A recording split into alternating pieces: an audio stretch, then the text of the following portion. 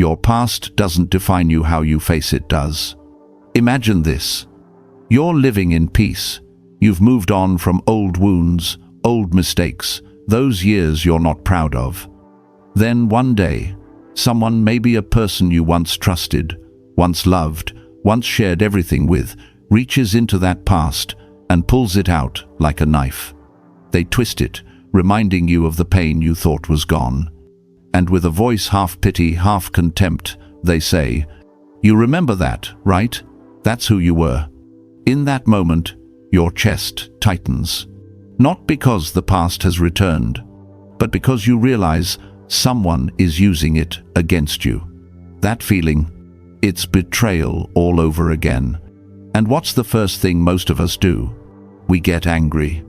We get defensive. We start explaining. We try to prove I've changed. I'm not that person anymore. But the more we justify, the deeper we fall into their trap. We hand them the power to control our emotions. The Stoic doesn't do that.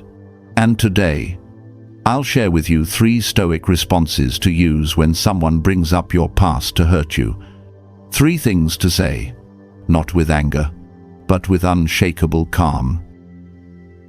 First response: yes, that happened. The first instinct of the ego is denial. We want to forget. We want to erase. We want to pretend it never happened. But in Stoic philosophy, acceptance is liberation. When someone says, "I remember you failed at that company," or "You were betrayed because of how you acted," you don't flinch. You don't defend. You don't explain. You just look them in the eye and say, "Yes, that happened." No excuses, no shame, no guilt.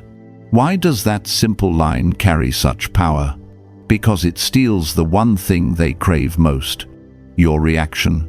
People who use your past to hurt you aren't seeking truth. They're seeking control. They want to watch you squirm, shrink, justify. But when you face it calmly, they lose their grip. Their weapon suddenly has no edge. Here's an example.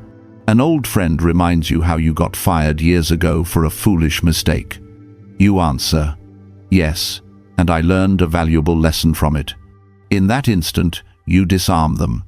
Because once you're no longer ashamed of who you were, no one can use it against who you are. Seneca once wrote, "There is nothing more noble than standing before your own faults and saying, 'Yes, I did that, and I learned from it.'" When you accept your past, you reclaim its meaning. You take ownership of your story, instead of letting someone else tell it for you. Second response: I've learned from it. This is the sentence that turns your past into power. It shifts the conversation from "I was wrong" to "I've grown." Those who use your past against you only see the person you used to be. What they don't realize is you're not that person anymore. Like a sword forged in fire, you become sharper with every break. The cracks in your life aren't weaknesses. They're where the light gets in. Think of Nelson Mandela, in 27 years in prison, a past that could have crushed any spirit. But he said, "I do not hate them. I learned that true freedom begins within." So when someone tells you, "You failed in your marriage, how can you speak about love?" you smile and answer, "Because I've been broken, I understand what love isn't and what it truly is." That's not reaction. That's wisdom. You're not defending yourself. You're redefining yourself. Marcus Aurelius wrote, "Every obstacle is an opportunity to practice virtue." So when they try to stain you with your past, use that very past to show your strength. That's the art of transformation, turning pain into wisdom and scars into symbols of spiritual maturity. Third response: why are you bringing this up now? This is the question that silences every manipulator. No anger, no sarcasm, just pure, genuine curiosity. And that calmness is what they can't stand. When you ask why, you shift the roles, from the one being attacked to the one observing the attack.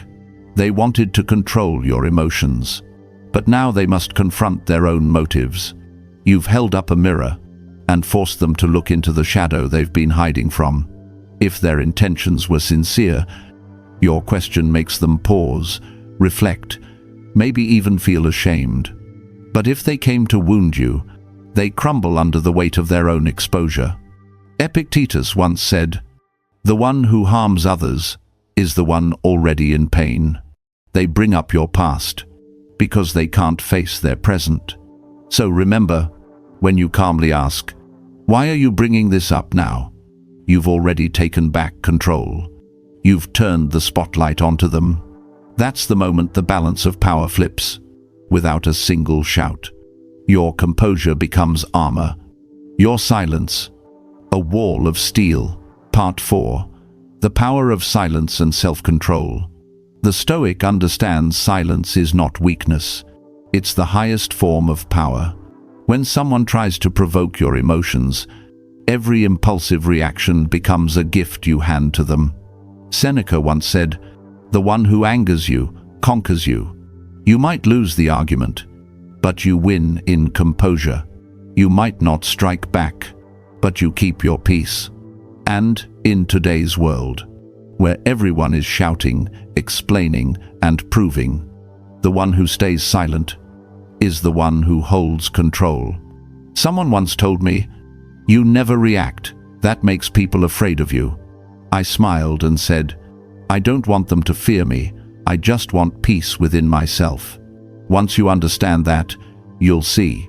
No one can drag you into the mud unless you step down willingly. Some might say, "But I'm afraid people will think wrong of me." And I ask, if they do, does that change who you truly are? Epictetus once said, "If someone calls you a donkey, do you check a mirror?" Of course not, because you know who you are. That's true freedom, to know yourself and need no one's approval. If they bring up your mistakes, smile. If they twist your past, stay silent. If they want a reaction, let them see you're calm. You owe no explanation for the chapters you've already healed from. Marcus Aurelius wrote, "When someone acts wrongly, it is because they do not know what is right. Teach them through your behavior, not your words." Sometimes, the most powerful response is maturity itself. When they try to define you by your past, use your present to reflect who they are. Think about it.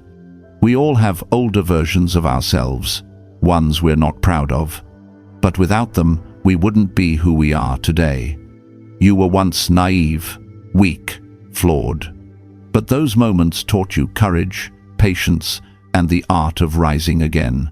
A man who once struggled with addiction can now guide others to freedom. A person who once failed in business can mentor hundreds to succeed. Someone who was betrayed can become an example of forgiveness. That's how you turn darkness into light. The Stoic doesn't erase the past. They transform it. Conclusion: the Stoic way to end the story.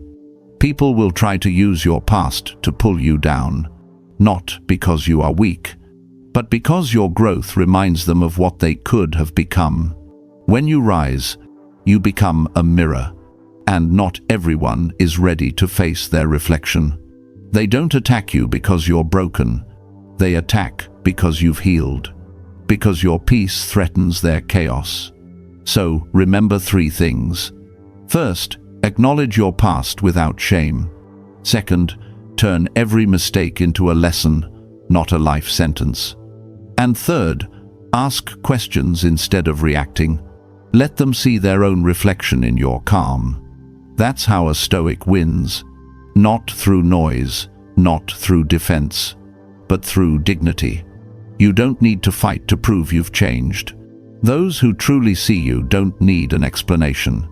And those who refuse to know explanation will ever be enough. One day, someone will bring up your past again, and you'll smile. Not in pride, not in pain, but in peace. Because you'll know, I am not what happened to me, I am how I chose to rise from it. That is true freedom. Not forgetting your past, but being at peace even when you remember it. Your past doesn't define you. How you face it does. And if someone tries to drag you back into an old chapter, smile and say, "Thank you, but I've already finished that part of the story." Then walk away, calm, steady, untouchable, like a true Stoic. If this message speaks to you, share it. Let it reach someone still trapped in their past. And if you're walking your own Stoic path, hit subscribe. Join this community of calm minds and unbreakable spirits. Drop this in the comments as your reminder for today. I've closed that chapter. My story moves forward.